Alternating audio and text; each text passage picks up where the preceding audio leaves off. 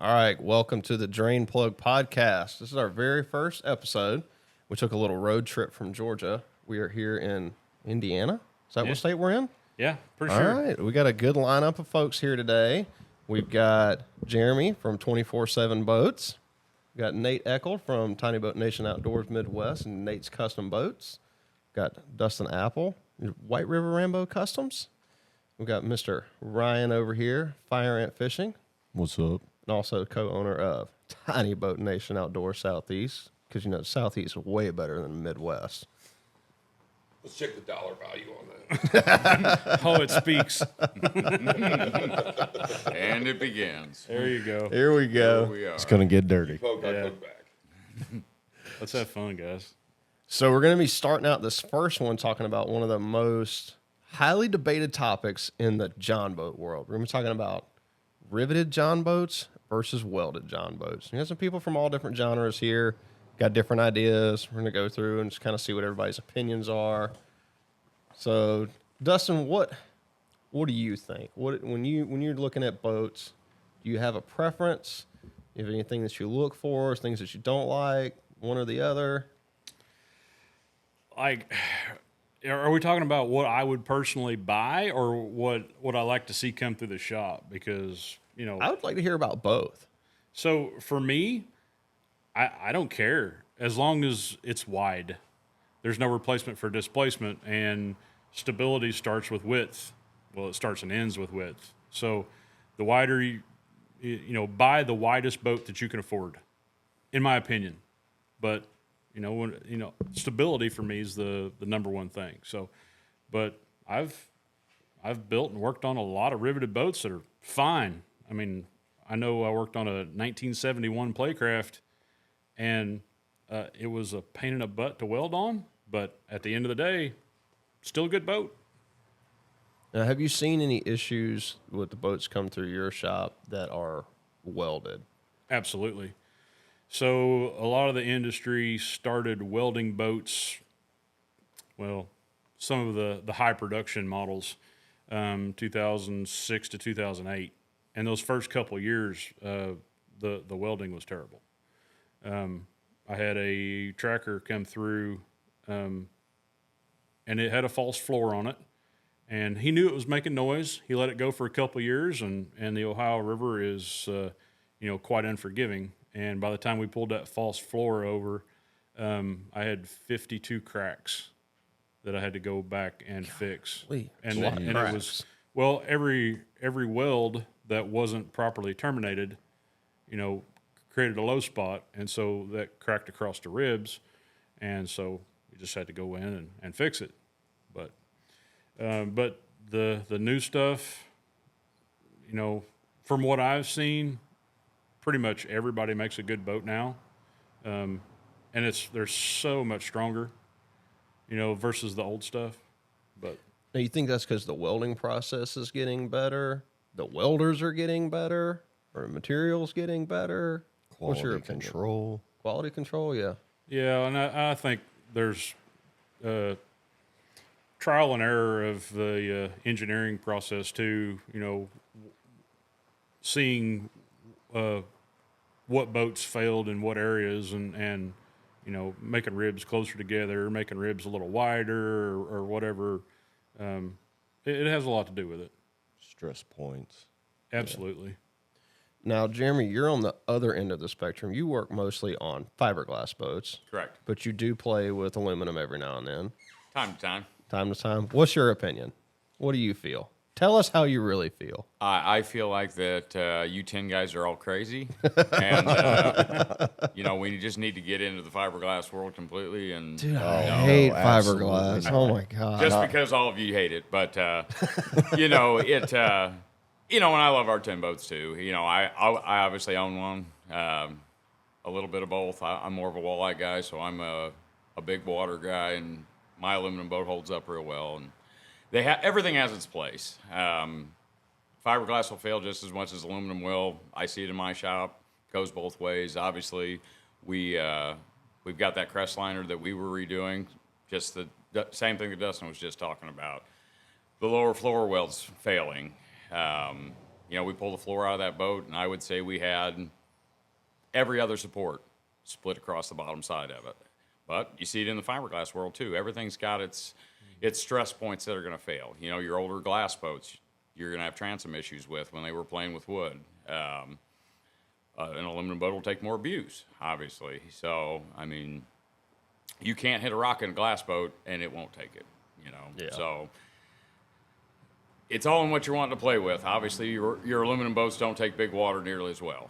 So if you're going to take out, your ride is not as quality.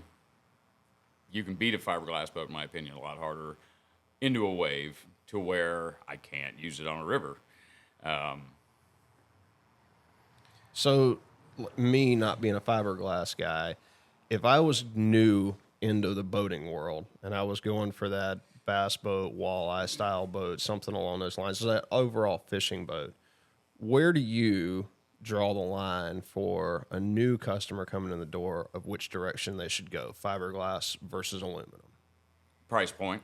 Price. That's going to be your first step, as much I hate to say it, especially if you're buying a new boat, because you can get into a high glass or a high dollar aluminum boat in the low 40s, mid 50s, to where if you're going to step into let's say an 18 to 20 foot deep V walleye boat in a fiberglass version, you're going to be upward to, you're starting in the mid 90s, just as an intro, and you're in the 140, 150 class by the time you really rig that thing out. Yeah. The same principle goes in the fiberglass bass boat world to aluminum. I mean, you've got a lot of high-end aluminum bass boats that are coming out into the market that are still performing just as well as the glass stuff is, or is competing fairly well, getting the speeds out of them that some of this glass stuff's getting, and you're doing it at half the cost.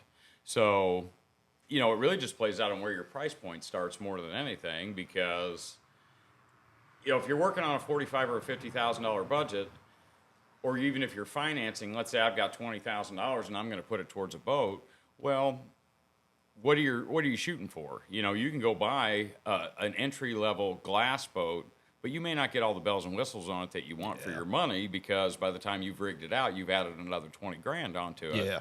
And you may be able to backpedal it into a really nice aluminum boat and get some more of the goodies on it for the same money. Yeah. So Now, from a DIY standpoint, new guy coming in, don't have the money for a big fancy aluminum, like a brand new Tracker or a brand new Ranger or a brand new Phoenix. I'm in that low budget range. Aluminum used boat versus fiberglass used boat. What do you think about that?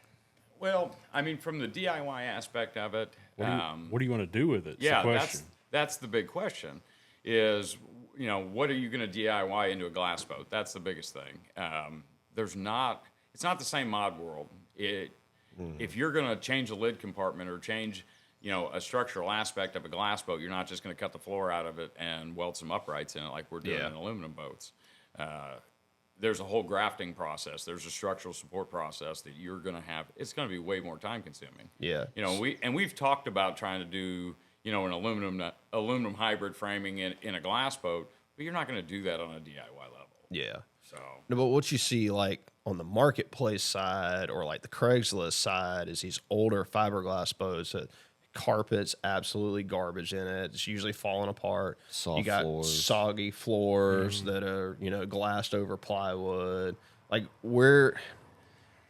I know enough about fiberglass to get myself in trouble, but from somebody who does it, like, would you recommend somebody new that's never done fiberglass before get into that kind of boat? Like, is there the resources out there to learn how to do it? there is somewhat, but your mid 90s, your early to mid 90s, all the way up into your 2001, 2002 glass boats, until things started going away from wood and doing more composites, those boats just need to go away in life. They're really money pits. And, when you get a good deal, I mean, you've got your Champion 202 guys out there. I mean, they're the sought-after boats that, they made for years that were the battleships. The downfall is those boats are falling apart. They've been worked for their life. They've been tournament beat to death. And you go pick one of those boats up. A lot of guys think, I need a Champion 202 because that was the best hull ever made. Well, you may go give 20 grand for something that needs $20,000 worth of work to it. And You're not almost just gonna, back to the point of buying a bare bones brand new boat. correct. You're back at that same problem. And when you think you've got a soggy floor in an area that's 2x2, most likely the whole floor is shot. What's underneath it is absorbed from the bottom up. So what you're not seeing is the problem that goes with it. And before you know it, you've got a wreck. So does it like basically gets to a point when you get that soggy floor, like it's not even really worth messing with anymore? Most of the time. If you see a marketplace ad and there's stuff physically growing from the floor, just keep scrolling. Yeah. There's a lot of those too. Yeah. Yeah. But see, I wouldn't shy away from that on an aluminum boat because my first 2 John boats I ever bought had oak trees growing in them from, acorns sitting in them for so long. That's a totally different ball game though. Well, and I'll tell you the other one. I make jokes with guys all the time because, fiberglass, you see the nasty burnt glass, and we'll look around and you'll see one that's got the green moss growing all over it, and that's the boat to buy a lot of times. If the floor's solid in it, when you finally get all that off there, all that crap that's stuck on the outside of the boat has actually saved the gel coat over Protected the it years. from the UV. Really? And you can, and it'll come back 3 times better. It's usually the ugliest boat that gets brought into the shop that turns out the nicest with the least amount of work, to where if, like Texas, Oklahoma boats, to where they're just sitting out, and Florida boats burning in the sun, and they keep them clean, and but they never wax them and never maintain them. You're not getting those back. But the guys that just park it under an oak tree, and 3 years from now you go, ugh. As long as the floor's solid and the transom's not soaked, Really? Yeah. you can make it look new, That and is- it'll usually come back 9 times out of 10. Yeah. So Nate, you cut your teeth in the aluminum boat world. What you have an opinion or a preference? Riveted versus welded? Just Move that depends on mic what- over towards. We didn't bring enough mics up here. It just depends on what you want to do with it. It depends on the customer. Are you fishing 5-acre ponds? Or are you fishing 3,000-acre lakes? Well, is your boat welded? My It's boat fully is welded, right? Yes. But in a small horsepower world, a 70,000 1648 riveted John boat's 5 mile an hour quicker than a 100 gauge welded boat. Yeah. My 3/16 bottom will still be together at the end of the race, though. But you got to keep in mind, most of the water we fish are 25 horsepower restricted lakes that are under 2,000 acres. And like You're 3 not foot taking a deep. beating. Yeah. And in that world, 6 or 7 mile an hour, some of these guys got 8 G's in a 25 horsepower motor to make it go 40 mile an hour when everybody else is doing 22. Where speed matters. Yeah. Personally, if I'm going to put 25 grand in a John boat, I'm going to put it in a welded boat. Yeah. Customer brings me a riveted boat, wants to put 25 grand in it, we're going to put 25 grand in it. Yeah. Now, have you ever seen any issues with? Because I know you get a lot of customers that come in that are like on a budget, especially when you first started. You ever seen any like major issues with guys that came in with riveted boats other than just loose rivets? Not really. I mean, we've come in as some that had some cracks from the rivets, and we've had to replace 50 rivets in a boat before. It's time and materials. Yeah. Seems like riveted crack less, though. Yeah. I mean, you get a stress point and a rivet might waller around, Yep. and I mean, hammer and dolly and smash your back out, and you're probably good. But I see less cracking on ribs on riveted stuff. Yep. I'm going to tell you, every manufacturer we've opened up, there's cracked welds in every one of them. Oh yeah. So what's Everyone. what's the hate on riveted boats? I don't get it. They leak. They leak. Yeah. Well, I mean, what Chris says, is Chris's, my opinion's real short and sweet. It's a freaking boat, not a submarine. Buy a bilge pump. That's why the good Lord made them. And if you ain't got a bilge pump, a cheese ball bucket works great.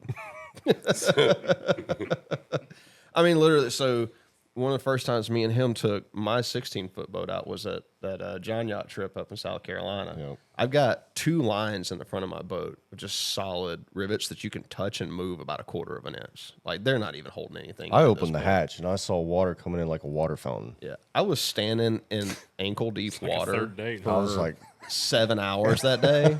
My boat never sank. Chris, you got a It bilge was pump in here, right? totally fine. Nah. It's only 3 We foot bailed deep. with beer cans We'll be all before. Yeah. I am amazed when people bring me a boat to work on and it doesn't have a bilge pump in it. Oh yeah, we hit something in the river, got a hole in it. Could you weld that up? Yeah, sure. Oh, hey, where's your bilge pump at? I don't have one. What? Dude, they're so cheap. They're so cheap. Okay. Alibaba Amazon special for $17.99. It'll work a couple of times. So I keep a handful of them in stock, and they're about 2/3 the size of a 2-liter bottle. Mm-hmm. But they're 3,500 gallons per hour, and they use an inch and a half, I think. Yeah. They look silly, but boy, if you ever turn one on, it looks like a fire hose shooting out of that boat. Yeah. That's what I want. If I poke a hole, I mean, I want power. Yeah. And I've put 2 of them in a boat before. So when we build boats at our shop, we always put 2. We put a manual and an auto. Yeah. And we hook them both together. So if Right. if you want to manually turn them on, they both turn on at the same time. If you just want to leave it on auto, it's always hooked up to the battery, so it's there if you need it. Yep. I think we do the auto one more for rain because most of our boats get stored outside and inevitably get filled up full of water and turned into a giant pool. Yeah. So, but then you got to worry about killing your battery too because it's hooked straight to your battery. I want to touch on one thing. We're talking about aluminum boats mainly, but we're talking about keeping your boat out in the rain.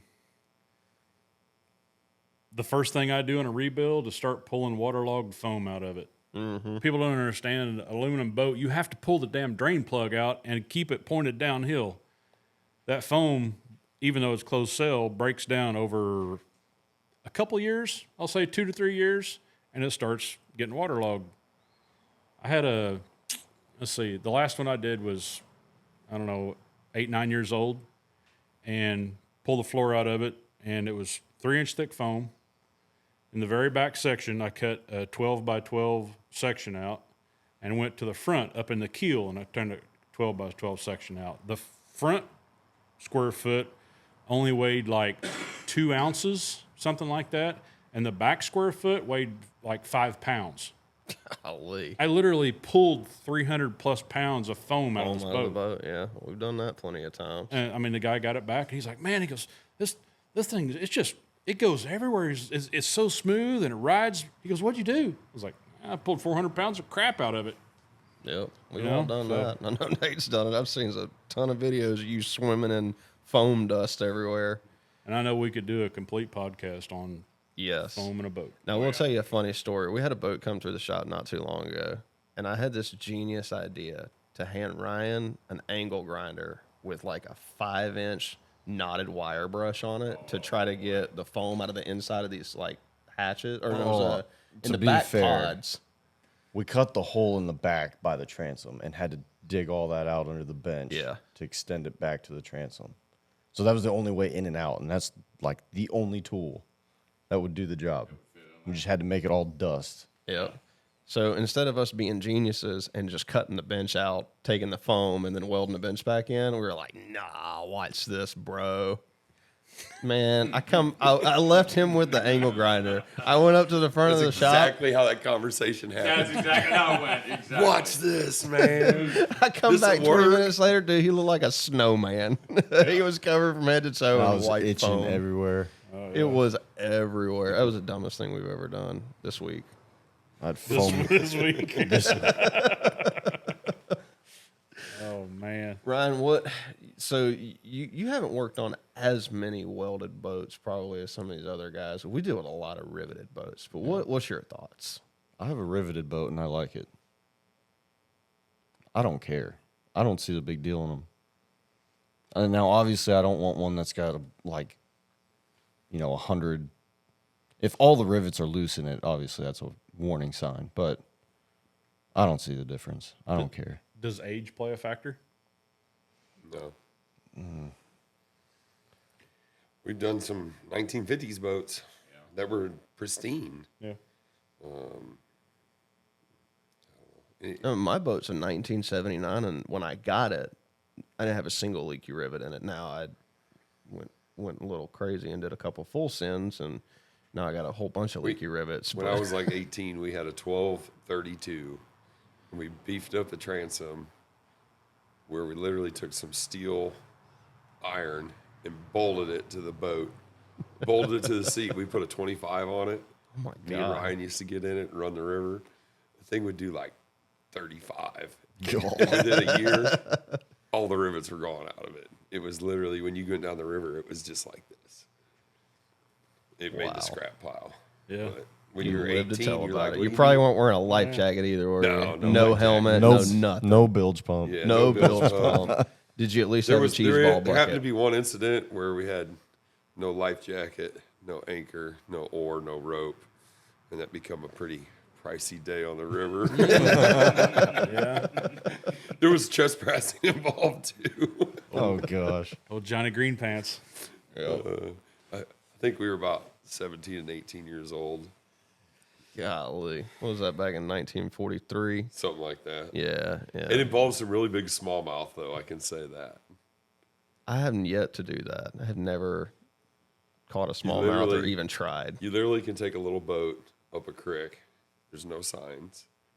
Park the boat and you walk over the levee. Well, the levee's hot water going to a plant. And there's smallmouth in there. They're like 4 and 5 pounds. Now, you is that a literally- big smallmouth? Those are big. Yeah. Okay. That's a giant. So you can literally, they make like every hour they make a loop. Mm. And when we were young, we were like, who cares? You know, we park, walk up over the hill. That day, hands got zip tied together. And Mr. Green Pants got called. Old green jeans got you. Since I know there will be comments on that, check the description below for the Google pin. Nate's going to put that in later. We all do GPS stupid stuff when coordination. we're young. So one of the YouTube comments I see on everybody's videos, not just ours, but everybody's videos, is what kind of goop, slop crap can I slather all over the bottom of my boat to seal my leaky rivets? Just bucket, That's what I That's what say. we tell them. dolly and a hammer. I have yet to see a product on the market, aside from concrete and maybe some 5200, that will seal a leaky rivet. Never seen it. I've tried everything. Goop, was it the Goop It? Yeah. Super the slick. Super I put Slick. Gator Glide What's on my the boat. other That one? didn't help at all. What's the Golvet? Is that the one that Golvet. everyone? They'll all work short term. The problem is if you never squeeze that rivet back together, it's loose. So as Yeah. the boat vibrates, you're just pretty soon you just break the seal that you put on it if you never fix it correctly. Well, that's one of the things about a riveted boat that's nice is they're light gauge, but it allows some flexibility without having to worry about cracked welds. So you can put all of the junk on the bottom of the boat that you want to try to seal that rivet, but that boat's going to flex no matter what. You can't stop the boat from flexing, and that's why they never last. The only problem with that is, people keep slapping that stuff on there. I mean, I charge $100 an hour to take it off. Yep. So whenever you're ready to fix it right, call me. Yeah. I'll get that grinder out. Welding over stuff that's been siliconed or 3M'd or gloved or any of that crap is a pain in the butt. If you 5200 anything, you better make sure it's going to be there for life because that stuff is nasty. Yeah. Stickier than coronavirus. Yep. So I have a question. Sure. I heard a guy say my boat or his and this boat and on my boat. And how many boats do y'all own? One. Really? Okay. Next. Oh, yeah, the count is so high, I'm not sure. Whole parking lot full. Yeah, I don't know. Okay. A few. So we're talking legally, right? Oh, yeah, I was guess we needed to have that conversation. Possession guess- is I guess 9/10 I of the have- law, so 2 to 3 in my name now. I've got a few. I had the Arizona boat, the You The got sun your- dolphin now, and then the sun dolphin. my fisher. What about your little bass buggy plastic tub thing? Looks like Yes. a Rubbermaid tote. We're talking legally. Okay. You can't flip your truck topper over by law without a watercraft sticker on it. They sell those on Etsy now. In case anybody's wondering, shout out to Etsy. If you guys want to sponsor us, let us know. I just wonder, just in case my wife ever hears this podcast. How many do you So- have? I've only got 6 right now. That's I not. I I don't, I sold- don't Still consider winning, that a I'm lot. pretty sure. So I I, sold- think you're safe. I sold 2 last month. Yeah. And one of them was one of those guy pulled in here and needed some money, and I'm like, yeah, sure, I'll buy it. Welded G3. I mean, like, Yeah. I'm not going to turn it down, right? Right. So, I like aluminum boats, I do and if I'm not going to use it today, the great thing about aluminum boat is It'll be your, if I want to set it over there for 20 years, it'll still be good when I decide to play Yeah. with it. Yeah. I don't know. I can't remember. I think I got 3 or 4. I had 2 that were donated to the channel for Nice. Science. use for Think- for think science. I've worked on a we follow couple the of science those. here. One of them involved a snowy trip. Yeah, in a snowy trip to January. Illinois where me and Snow Anthony escapade. almost died. I was actually telling our new camera guy about that. Our first trip to the snow.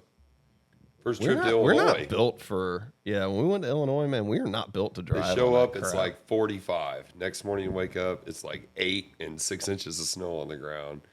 And these two are driving like 10 mile an hour. They're like, gonna die. I'm doing like 45. I'm like, come on, you guys, fucking catch up. Let's go. Yep. We're all going to die together. Well, at least when we were behind you on the way to the shop, like I felt a little bit okay because y'all were all driving like retards, like 400 miles an hour everywhere. Just like it was not like it was a bright sunny May Dude, day. you had Mustangs passing you in the snow. I did, dude. I was You were in a freaking four-wheel out. drive Tundra, and Mustangs and Grandmas were passing you. Yeah, but there was so much. So like in Snow makes the Georgia, collisions we only softer. need like a 16th to an eighth of an inch to shut the entire state down for a week and a half. Our school don't close till there's like 8 or 9 inches. They close 3 days before they think there might be snow in Georgia. My kids walk to the bus stop in 6 inches of snow. Well, they'll have great stories when they're older. Uphill both Uphill ways. both ways. Yeah. I knew that was coming. The worst part was coming back though. So Anthony's driving. I'm in the passenger seat. We're going down whatever y'all's interstate is up 74. there. Yeah. So we're going down the interstate, and you had convinced me to buy this boat while we were up there. It was that 16-foot, was it a bass tracker? Yeah, I remember So we're that. towing it back. I'm sitting here trying not to pay attention. I'm over on my phone in the passenger seat, and I look up. Now the corner of my eye, I'm pretty sure I saw out the front windshield the center of the interstate, like the median. I was like, oh, that's not good. And I look to my right out the passenger window, and I can see the boat coming around sideways. I was like, yep, this is how we're going to die. This is how it happens right here. I look at Anthony, and he's, ah. So then I start panicking. I got my feet up on the dash, and I'm like, oh, my God. The whole time this is happening, there's a state trooper in the middle of the interstate watching us laughing because we're only going like 10 miles an hour. They went over the bridge on an icy morning. Yeah. We were going sideways. The boat was trying to straighten itself out and go backwards, and we finally wound up on the side of the road. And I it had a wasn't panic just the attack. boat. It was the boat with like 10 sheets of aluminum. And then a I bunch had of angle, the- and then the 10-foot the boat that we 10-foot put a boat, hut deck yeah. on, flipped upside down on top On of that top of boat, it. all strapped down All the Georgia for a guys. 12-hour ride orders. to Georgia. I had never been so happy to see Georgia in my life. Whatever happened with that boat? It's at the shop. That one is? Yeah, it's over behind the shed. So, like, I waited. We got so busy, I just haven't had time to mess with it. But I wanted to wait for a while and see what everybody on YouTube wanted to see.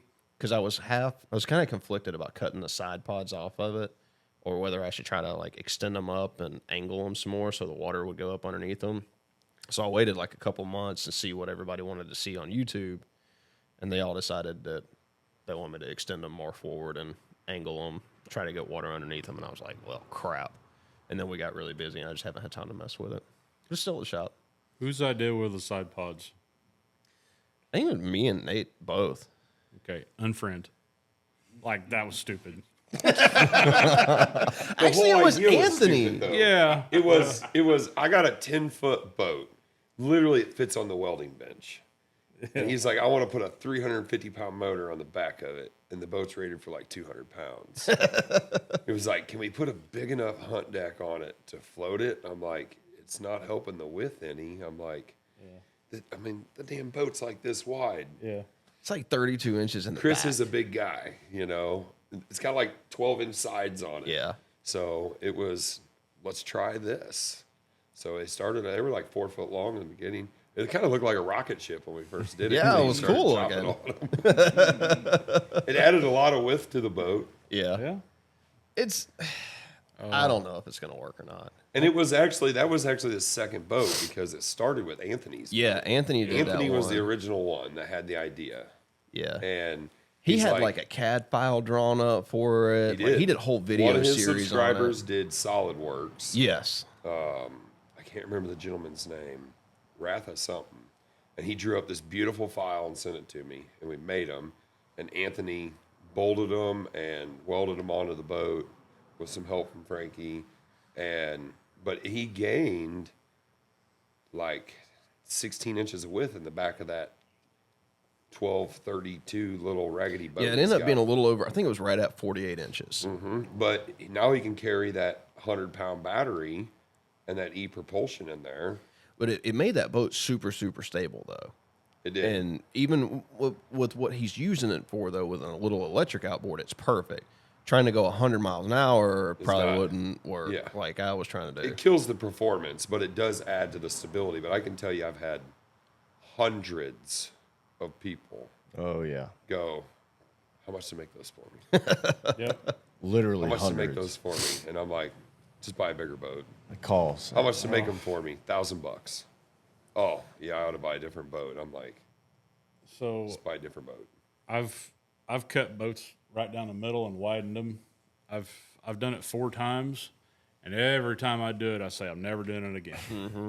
And I do it for my personal stuff. All right, so don't call me. But oh man, you can literally build a boat faster than what you can Cut you know, one in half yeah. and cut one widen and it widen for. it. Yeah. Yeah. The Still- biggest headache's still working on fun. old aluminum, trying to get Yeah. new good aluminum. Yeah, getting the and paint primer getting off painting of it. off and whatever else they stuck in there, trying to seal rivets, and that's a mess. Yeah, I'm gonna try the float pod, the side float pods. I'm gonna extend them up some and angle them. You just cut that damn boat in half and move on with life. And I don't know. new project. Just blow it up. It'd be good for views. I'm already this far into it. I might as well blow just- it up. Tannerite. Yeah, we still got to do the coffin boat too. Yeah. Oh, Yeah. dude, that's fun to freak people out with at the shop. Yeah, people come by the shop and freak best- out. Dude, I remember the first time you and Anthony sent me that little clip. He's dragging the coffin across the parking lot, and then you come popping up out of it. He's got the shovel in the coffin. Yep, Dude, there's still human guts in that coffin. it was a repo. A repo coffin for $600. Man, I'm cheap. I wasn't gonna buy a new one. You know how expensive those things are, brand new. They're like $2,500. I was like, man, YouTube ain't paying me that kind of money. If you focus your energy on business as much as you do on these crazy ideas, you'd be a millionaire by now. Probably. But I like my crazy ideas. I remember like 4 days of gluing popsicle sticks together. Yes, that was fun. That was a lot of fun. But I And put Mike in his stupid. place. Because, you know, Mike likes to get on there and make these very bold statements in his YouTube videos. It's like, I have built the lightest frame ever. And I'm like, yeah, hold my beer. Oh, God. It's been a while Forgot now. about the popsicle Yeah. stick deal. Yeah, that was a long I couple don't know. days. It came up in conversation this morning in front of the hotel when we were reviewing the original video when Dustin called you out about the tutu. Yep. Yeah. That's when the popsicle build popped back up. That is when it came back up. I did those about the same time, too. Uh-huh. Yeah, because I wasn't even on TikTok when Dustin made his video. I don't think I've ever seen the popsicle that you're talking about. I don't think I've He ever literally seen glued about 10,000 popsicle sticks together And I made a front casting deck for a boat. that weighed like 3 pounds. Yeah. And stood on it and everything. Yep. I went to Anthony's so I could have like a witness to show that I really did it. Yeah. And he was like, "What'd you do this for?" And I'm like, "Just to prove Mike wrong." And he was like, "Okay, whatever." I think that was when Mike started doing was it the Gen 7 or Gen X or one of his Gen whatevers? I can't remember. But It all started with you trolling Mike. Yeah. You were trolling That's what it Mike. starts out. And literally, Chris jumps in a comment and he was like, "Oh, I can beat you." Done. Hold my beer. Man, Mike's like, "You're full shit." Chris is like, "Wait till tomorrow." And then Chris calls me at like 2 a.m. I'm still fucking gluing popsicle sticks together. I did too. I glued popsicle sticks together for like 3 days. He literally glued them like 10 layers thick and kept offsetting them and hundreds of clamps and just kept making pieces, and then had to make like 50 Y supports to span 2 feet so he could step on these damn popsicle sticks. But I did it. And time lapse the whole thing. Yeah, I did. I time lapse the whole thing, and it was significantly lighter. But what was funny is that people that didn't watch the whole video, they were just like, "Oh, lightest casting deck ever," and then they just like fast forward to the popsicle stick. They're like, "Well, what do you think about epoxy coating it in water?" Like, just people went wild in the comments. I was like, "Just the whole thing was a joke." I mean, I really did it, but it was just a mess with Mike. yeah. There is nothing more powerful than someone telling me no. My God, get out of my way and just watch. Yeah. You know. So One of the things that I was thinking about earlier while you guys were talking about the riveted boats is, and I can't prove this, but I've heard this a lot. A lot of people say that most of the damage to riveted boats and welded boats happens while you're actually trailering the boat, not when you're actually out there fishing. You guys think that there's some truth to that, or? Guess it depends on how the boat's set up. You know, that's part of it too. Like interior weight. that's a lot of it. You know, guy that doesn't have his batteries strapped down and they're sitting on the bottom of the boat and it just doing this all over the Smacking, highway. going 80 miles an hour down the interstate. Yeah.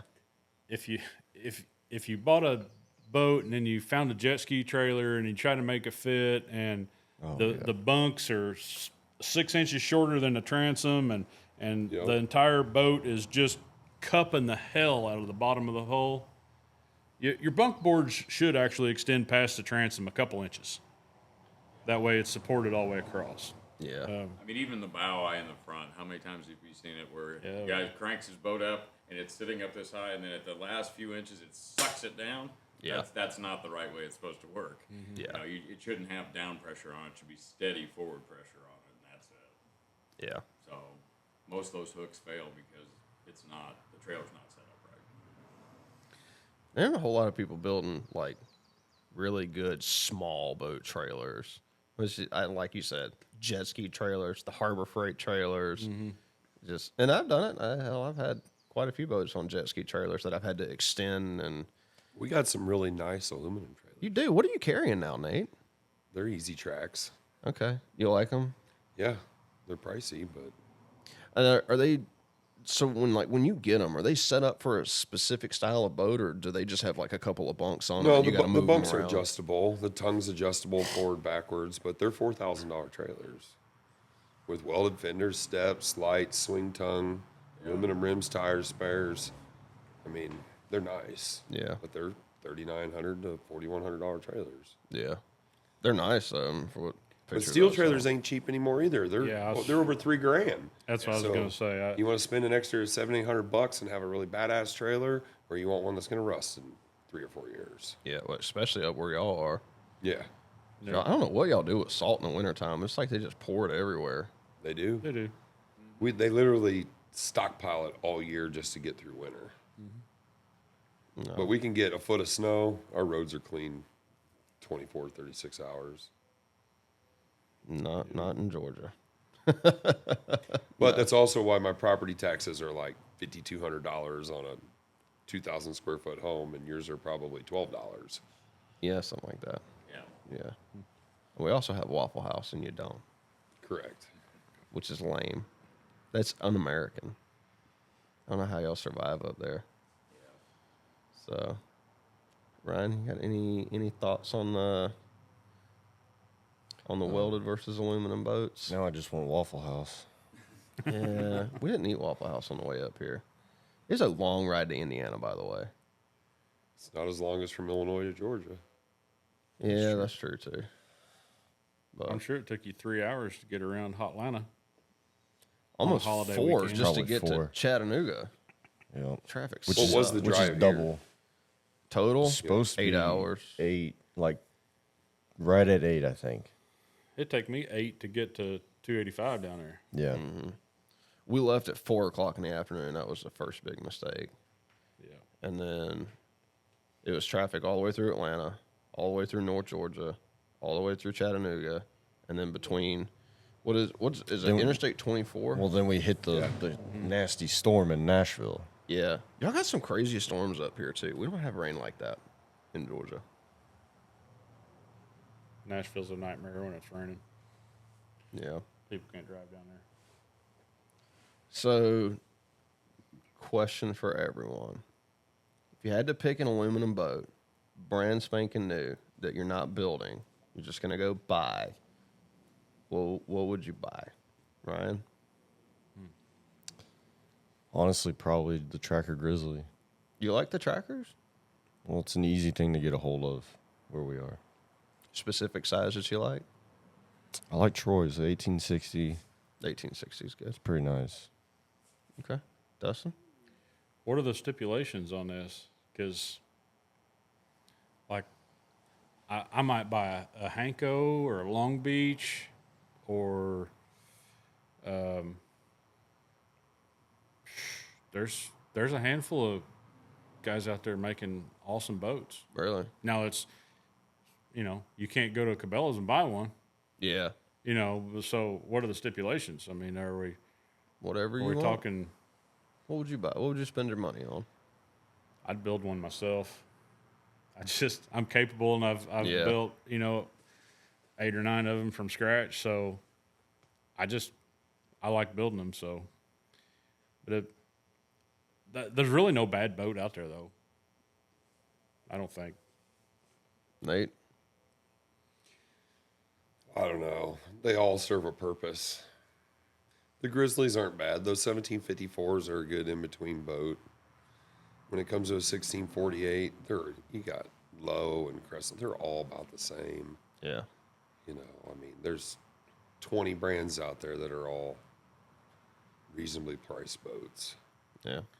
Only thing that separates Sea Arc from everybody else is their 125 series, 1/8-inch hull Yeah. versus everything else that's 100. So And half of them ain't even that. I mean, yeah, right. some of them are 80 or 90. I don't know.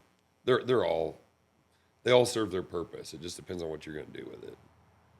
Jeremy?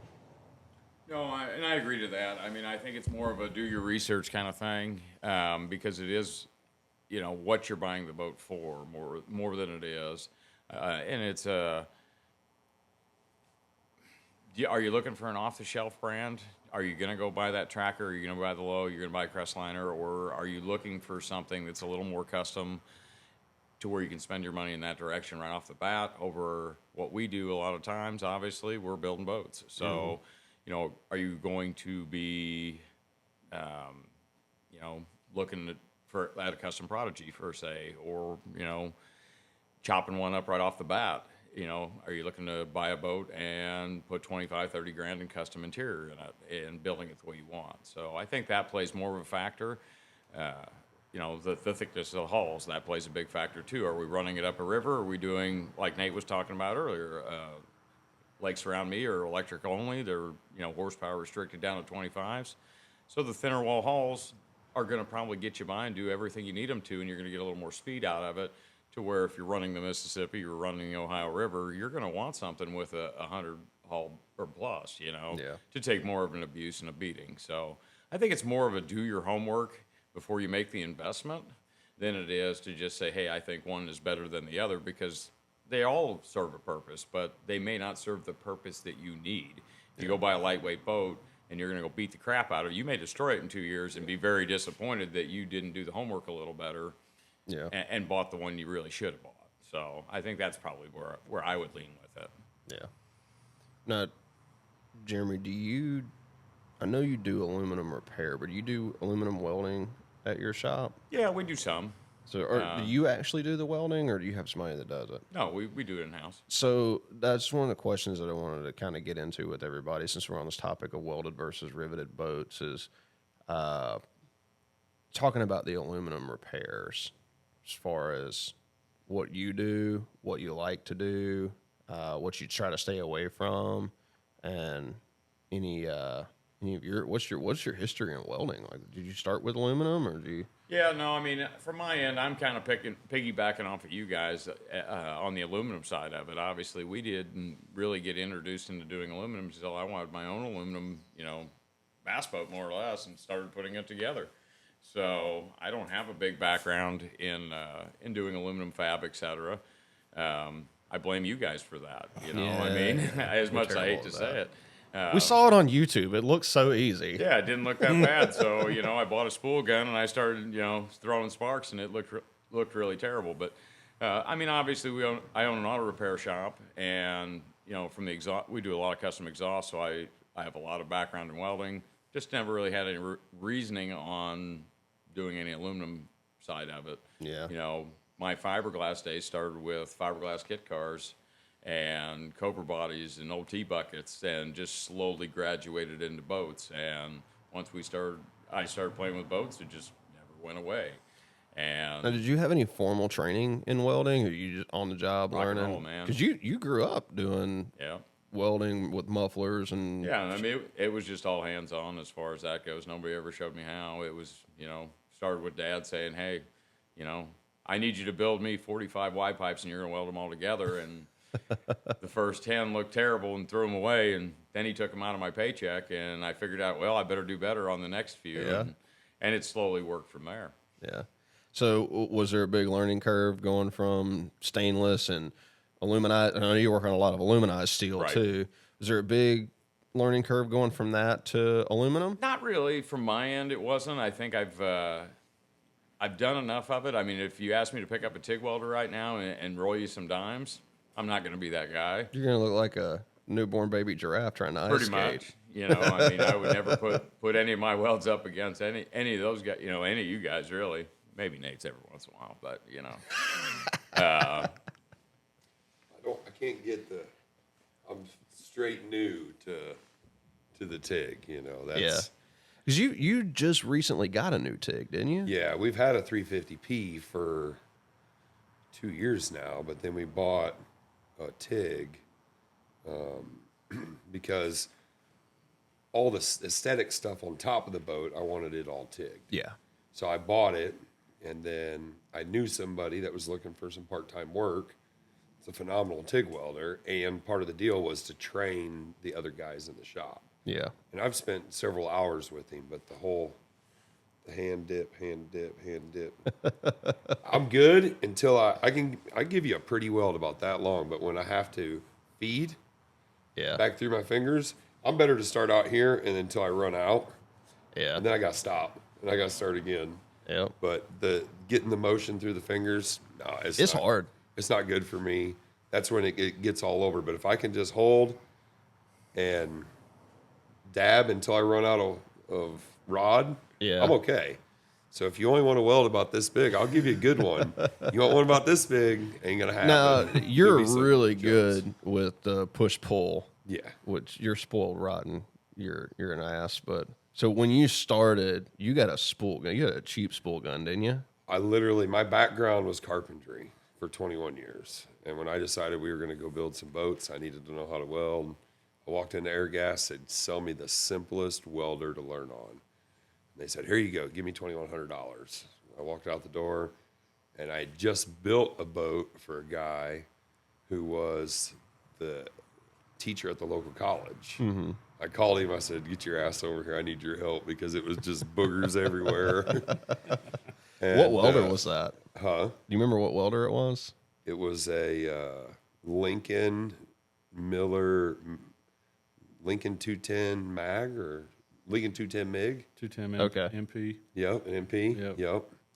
And that's what I learned on. And he come over and he helped me for like 4 hours one day and like 4 or 5 hours the next day. And we got it dialed in. And then, you know, for us, it's 1/8 inch 90, very, very little 60. Mm-hmm. You know, you got your inside and your outside. So it was just a matter of writing down all the settings. And Yeah. for the most part, it's not that hard. So it was, you picked it up pretty quick though. Yeah, You're a probably fast within learner. 10, 15 hours of it. By no means was I pro, No. but I could stick two pieces of metal together and make them look. You are a full-fledged halfway member decent. of the I Welded It Stuck It Club. Yes. Yep. And then the rest of it just come with time, you know? Yeah. As we started making parts and you're sitting at a table for 8 hours a day, it don't take too long before you get, you know, Get several pretty good hundred at it. hours under your belt. Yeah. And then when you make side pods for Anthony that have 52 different angles on them and they all have to be welded, you know, you gradually start putting it together and learn the little subtleties.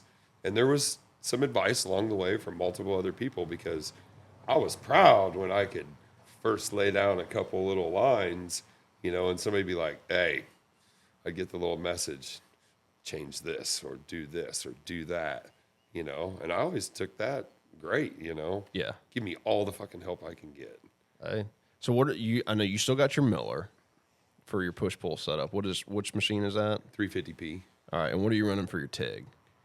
It's a Miller 210 sinker wave. Okay. All right, and Jeremy, what are you running on now? Are you even Full gun on a little Miller. okay? Nothing overly exciting. Started off learning on a Harbor Freight Special. Hey man, nothing wrong with Harbor Freight. I love me Right. some Harbor Freight. Had to fry something off the bat. If I'm gonna burn some tips up and something, we're gonna learn on that. So that's where it ran off from. Okay. Dustin, Hi. how are you? I'm good. Still hanging with us? Yep. What got you into aluminum welding, and tell us about your welding history. So it all started for me about 2011, and I was part of a little forum called Bow Fishing Country, and I saw all these guys moving furniture around and building decks and all this stuff, and the only welding shops around here, you know, they get paid for their work, and I'm tight. When it comes down to it, I was like, I can buy a welder and start building my own stuff cheaper than what I can pay that guy to do it. Yep. And I bought a Lincoln 140C, and I cut my boat into 6 pieces in a yard. And it took me like 6 months to hobble it all back together. I did not have a clue what I was doing. I found out pretty quickly that the wind sucks. Yes. And, you know, if it rains, you better preheat and get that moisture out of there, or you're not going to weld anything either. So trial by fire was how I learned. And I mean, YouTube, I had plenty of people telling me that I couldn't, that I wouldn't, that I was crazy. I feel like we all kind of have that, you know, start in life as far as that goes. And, you know, and I just ran with that. I was like, man, somebody told me I can't, so I have to now. Yeah. And Yeah. The popsicle stick deck. yeah, exactly. Right. So now, 12 years later, after, you know, having my YouTube education, I've YouTube certified. Yeah, YouTube certified. Master welder. So on that forum, I was showing pictures of what I was doing, but that had already been done before. I'm like, well, I got to start taking video. And that's how I got into YouTube. So I started making YouTube videos of what I was doing just as for fun, as a hobby. And then I got into editing. All the while I was still working on my welding. And you know, I had 9-to-5 jobs. It was never supposed to be a business. And then I got sick of working for other people that wasn't appreciative of what I was capable of. And so I just started investing in myself. And I've had the doors open for 3 years now. Well, a little over 3 years. And I'm a creator for weld.com. I still do some YouTube. I do some TikToks, do all that stuff. I'll build a boat from scratch, a trailer from scratch, or I'll modify anything that you can bring me. And somebody comes in here and wants TIG lessons or spool gun lessons or whatever, I do that too. Okay. I've had, a couple local guys, like, oh, I saw your TikTok. I got a spool gun. Can you teach me how to use it? Yeah. Yes, sir. Here's my shop rate. Anytime you want to come over, I'll make time absolutely. for you. And, and they're more than happy to do that. Cause, So what machines are you running? I know you got the big Everlast. Is you running TIG? So Everlast 255 EXT with a 375 power cool and a 25-foot CK Worldwide Flex Lock 230 water cooled number 9 torch. Consumables are a lot of personal preference. I like quartz cups from Edge Welding. I saw your pictures the other day. Yeah. Those things look really, really nice. I'm gonna try some. I'll show you. They're not cheap. Nothing really, really nice in the TIG welding world is. Yeah. That's a whole nother addiction right there that It is. people don't understand. And when you get into welding and if you really get into TIG welding, you can spend some mega, mega bucks on TIG welding toys. Absolutely. But they do make life a little bit easier. Yeah. For the most part. Yeah.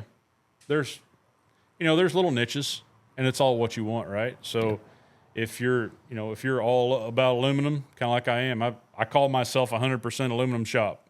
I don't do a lot of steel. I invest in all that because I've always wanted to be that Instagram account that you just open up. And you're like, damn, this guy's got dimes for days, right? I wanted to be Dabbs Wellington. I wanted to be Mark Winchester. I wanted to be all those guys that are just like crazy. Hey, Dustin. Yeah. Is that your new shirt? Dimes for days. Dimes for Dimes days. for days. I love it. How much hate would I get for that? Oh, no, before I move on to Ryan, I will tell anybody that's watching on YouTube or if you're listening to this on any of the podcast platforms, if you're thinking about getting into aluminum welding specifically, this is not just to beef up Dustin over here, but between you and weld.com, y'all have a lot of really good basic beginner info that's beginner friendly. Yep. There's one thing I don't like about the aluminum welding world on YouTube is there's a lot of people that like just jump in head first and they're way over the heads of most of the beginners that just have no clue what it takes to get into aluminum welding. And so a lot of older weld.com videos that go over aluminum welding are very, very basic and easy to understand. So if you're looking for information on getting into aluminum welding, definitely check out your channel. And your channel is still Dustin Apple, right? Yep. My YouTube's Dustin Apple. But if you search White River Rambo, if you search White River Rambo, just Google White River Rambo, you'll get all of my socials and it'll take you everywhere. Yeah. Weld.com, obviously you can go to Weld.com's YouTube channel, which is like 900,000 subscribers right now. But Weld also has an app, and it has like 4 different tiers, I think. You can start out with a free trial, and that'll get you to the message board. You can post your pictures and say, hey, I'm having trouble with something. Weld is unlike anything else. There's no hate. There's no trolling. There's no bullshit that goes on there. It's all like we're the 1%, and we want to help other people succeed, and that's what it's all about. So, but the premium members get complete educational content. So, you've probably seen some of my YouTube videos on Weld about new machines and things of that nature. But I've done a lot of content that breaks all the specific steps down. And if you're a premium member of the Weld app, you can go through that. Yeah. At your leisure, but there's a lot there. Yeah. It's just you gotta invest in yourself and start unfolding it because it's deep. Mm-hmm. And it's a lot of time behind the hood. Oh yeah. People think they're going to pick it up, especially when you get into TIG. And I'm not super steady with my hands, but I am a decent TIG welder. But it took me a long time to get there. Yeah. Especially not having any formal training. It took me a really, really long time. I said, I can do this. I got this. Hold my beer. Yep. And then I was grinding tungsten. Yep. Dip off. Dip off. Just watched it get shorter and shorter and It's not if you dip it, tungsten. It's what you do after you dip it. Yeah. And you're talking about making short little welds and getting nervous, and that's probably a lot of what it is. You're like, all right, I've only got so long, right? And then I'm either going to have to move or I'm going to have a heart attack and just quit, right? Or let your fingers catch on fire. Or let your fingers catch on fire. When you do that quick, oh, my glove, and you're trying to sling it across the shot, but it's stuck to the skin, and you're like, I've done that. Yep, I do that on occasion, but that I had to overcome that because that's anxiety of terminating and restarting. A lot of what worked for me was my biggest thing is whenever I go to try to feed more, I get the bloop.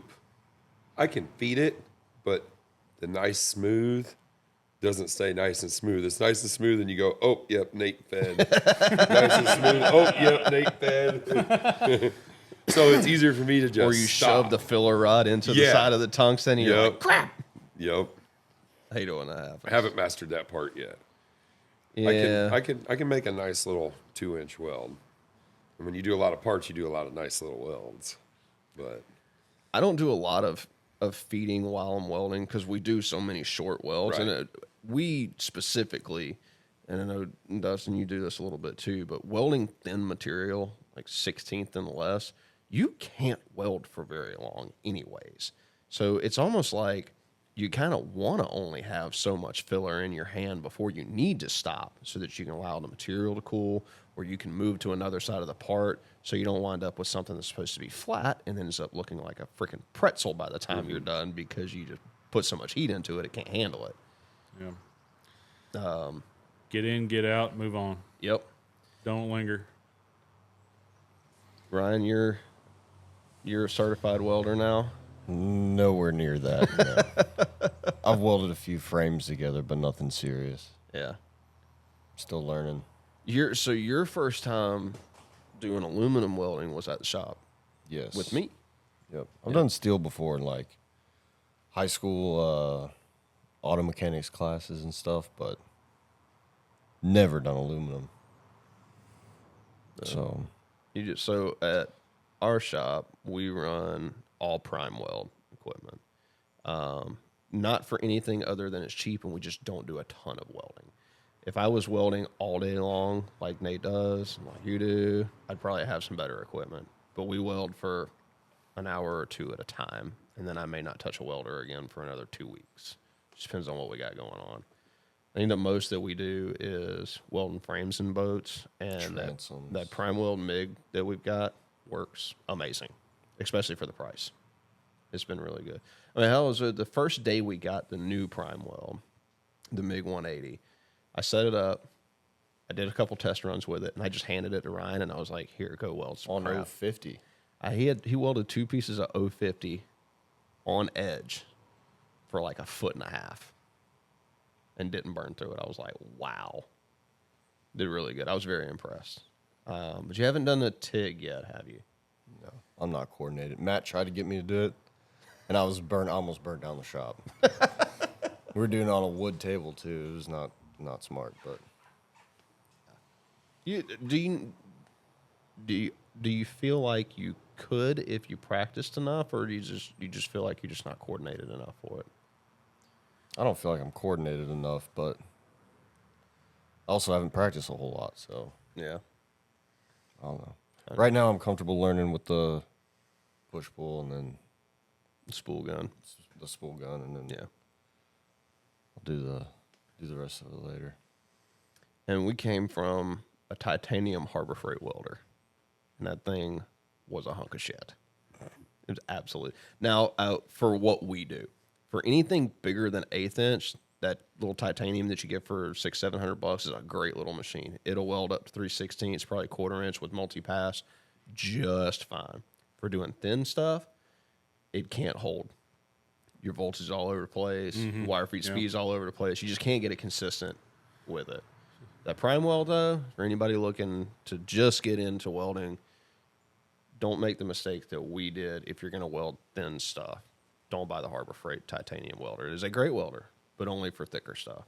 The prime weld has been amazing. I can't recommend that stuff enough. And it's a great company. And when we got our TIG, we got the 225X. they were supposed to send. I think it was one of the torch lead was missing. It wasn't even a big deal. It was like I think it was a stick welder. Stinger. Yeah, the Stinger. Yeah. And it was missing out of the box. And I called them and I was like, hey, I don't know if I'll ever need this or not because we don't do a ton of steel, but I would like to have it. They sent me a new one. They sent me their brand stubby gas lens set for my TIG, and they sent me a cover for that. I was like, dude, I didn't need all this crap, but thanks. I appreciate it. They've been super, super helpful. Great company. I think next thing I want to try is their plasma. Yeah. They got a really, really affordable, like entry level plasma, which we don't need anything massive for what we do. You know, most of the stuff we cut's 1/8 inch or less. Now, what are you running for plasma? So I've got a 60 amp AHP, and it was something from weld.com where we were doing a promo for them. Now I've had a couple other plasmas, but honestly, I don't use it very much. Yeah. 90% of the stuff I cut, skill saw. And I just sent my wife after some the other day those Hercules non-ferrous blades, Harbor Freight, the non-ferrous. Okay, that blue coating is a lubricated coating. Okay. Okay. And I run the dog snot out of those. They cut smooth. They don't bind up, and the carbide's good on them. And Yeah. I mean, I get lots of use out of it. Now, are you using? I know you did a video on it a while. I didn't get to watch it, but it popped up in my feed. The Bauer 20-volt metal cutter. Are you still using that? Which one? The Bauer. The cutter Yeah. or the little saw? Yeah. I've got it. I don't use it very much. We just got one. Yeah. I love that thing. The metal cutting saw. Yeah, the metal cutting saw. It's like a weird size, 5 3/8 or Yeah. something stupid like that. Honestly, I have so many other tools. I've kind of forgot about it. It's sitting over there in the corner, and I think I just set it over there and quit. What do you You know, it was 2 days in between jobs or something, and it slipped my mind. But Yeah. I saw it yesterday, and I was like, hey, I ain't used that in a minute. I love that little thing. It's Yeah. been great. But I mean, we learned from Nate. We use a skill saw for a lot of. Do you have a plasma, Nate? You don't have a plasma cutter at all? Nope. Really? Jeremy, do you got one? I'm a Well, Hobart. I'm a surgeon with a skill saw. But no, yeah. you use it a lot more in the auto shop, though, right? It's in the boat shop, but it's there because I was doing quarter panels and shit like that. Yeah. First. Yeah, Mike bought the titanium one from Harbor Freight. He was like, it is way overkill for aluminum, especially for the stuff that we cut. I think he melted like a whole piece of 050 trying to cut something with it, just gouged a giant hole in it. I don't think I would even try to use a plasma on anything less than 100. Yeah.